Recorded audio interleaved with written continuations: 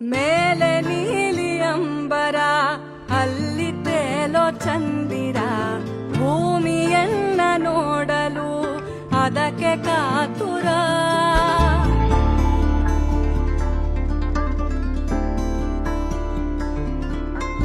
ಅಲ್ಲಿ ಮಿನುಗೋ ಕೆರೆ ಇದೆ, ಕೆರೆಯ ಮೇಲೆ ನೆರಳಿದೆ, ಹಿರಣಗಳು ತಾಕಲು ಒಂದಾಮೆ ನಲಿದಿದೆ.